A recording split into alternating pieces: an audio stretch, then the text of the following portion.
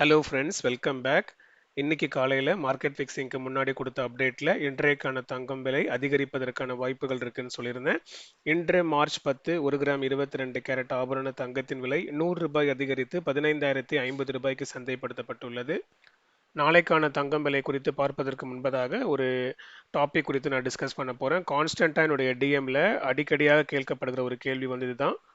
சமீப காலத்தில் தங்கம் விலை ரொம்ப ஒரு எட்டாவது ஒரு பொசிஷனில் போய் ரீச் ஆயிருக்கு. அதனால நிறைய பேர் இப்போ அதை அஃபோர்ட் பண்ண முடியாமல் சில்வர் பக்கத்தில் வந்து நம்ம அதையாவது இன்வெஸ்ட்மெண்ட்டாக கன்சிடர் பண்ணலாமா அப்படின்னு அது பக்கம் வந்து திரும்பியிருக்காங்க. சூழ்நிலை காரணமாக ஒரு சில இன்ஃபர்மேஷன் நான் ஷேர் பண்ணுறேன். அதை பொறுத்து உங்களுக்கே ஒரு கிளியரான ஐடியா கிடைக்கும். ஸோ இப்போ நீங்கள் சில்வர் ஜுவல்லரி நீங்கள் வாங்க போகிறீங்க, ஆர்னமெண்ட்ஸ் நீங்கள் வாங்க போகிறீங்க, அது வந்து கொலுசாக இருக்கட்டும், இல்லை வந்து பூஜை பொருட்களாக இருக்கட்டும், அதாவது வெள்ளித்தட்டு அந்த மாதிரி பொருட்கள் நம்ம வாங்குறோம்னு பார்த்தீங்கன்னா மோஸ்ட் ஆஃப் த ப்ராடக்ட்ஸ்க்கு வந்து அது மேக்கிங் சார்ஜஸ் வேஸ்டேஜ் வந்து போட மாட்டாங்க. ஆனால் ஒரு சில பொருட்களுக்கு வந்து வேஸ்டேஜ் அண்ட் மேக்கிங் சார்ஜஸ் போடுவாங்க. ஸோ நம்ம லீஸ்ட் கேஸே எடுத்துக்கலாம். ஸோ நீங்கள் வேஸ்டேஜ் மேக்கிங் சார்ஜஸ் இல்லாமல் ஜிஎஸ்டி மட்டும் நீங்கள் பே பண்ணி பொருட்கள் வாங்கிட்டு வரீங்க, வெள்ளி பொருட்கள்னு வச்சுக்கோங்களேன். ஸோ இப்போ நீங்கள் ஆல்ரெடி 3% வந்து மார்க்கெட்டை விட எக்ஸ்ட்ரா ரேட் கொடுத்து நீங்கள் வாங்கியிருப்பீங்க.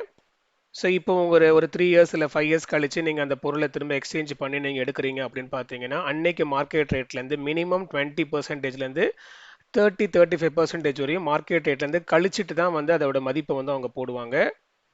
அதுலேயும் நீங்கள் பொருள் வாங்கின கடை ஒன்று ரீசேல் பண்ணுறது இன்னொரு கடையில் அப்படின்னா இன்னமும் கூட உங்களுடைய பொருளோட மதிப்பு குறைச்சி தான் அவங்க போடுவாங்க. ரீசேல் வேல்யூ இன்னும் குறைச்சி தான் போடுவாங்க. ஸோ ஆல்ரெடி நீங்கள் ஒரு 3% நீங்கள் பே பண்ணியிருக்கீங்க, ப்ளஸ் வந்து மினிமம் ஒரு 20-25% வந்து கழிச்சிடுறாங்க. ஸோ ஆல் டுகெதராக பார்த்தீங்கன்னா ரஃபாக ஒரு 25 to 35% வந்து குறைச்சிருவாங்க. மார்க்கெட் ரேட்லேருந்து உங்களுக்கு நீங்கள் வாங்கினதுக்கு அப்புறமேட்டுக்கே அதை நீங்கள் மைண்டில் எடுத்துக்கணும். இது 30% குறைச்சி தான் அதுக்கு மதிப்பு போடுவாங்க அப்படின்னு. இன்னொன்று வந்து பார்த்தீங்கன்னா ஒரு 3 இயர்ஸ் கழிச்சு ஒரு வேளை சில்வர் ரேட் இன்க்ரீஸ் ஆச்சுன்னா உங்களுக்கு ப்ராஃபிட் இருக்கும். அப்படி இல்லைன்னா நீங்கள் வாங்கினதுலேருந்தே நீங்கள் கை காசை போட்டு நீங்கள் மாற்றுற அளவுக்கு தான் ஒரு சூழ்நிலை வந்து ஏற்படும்.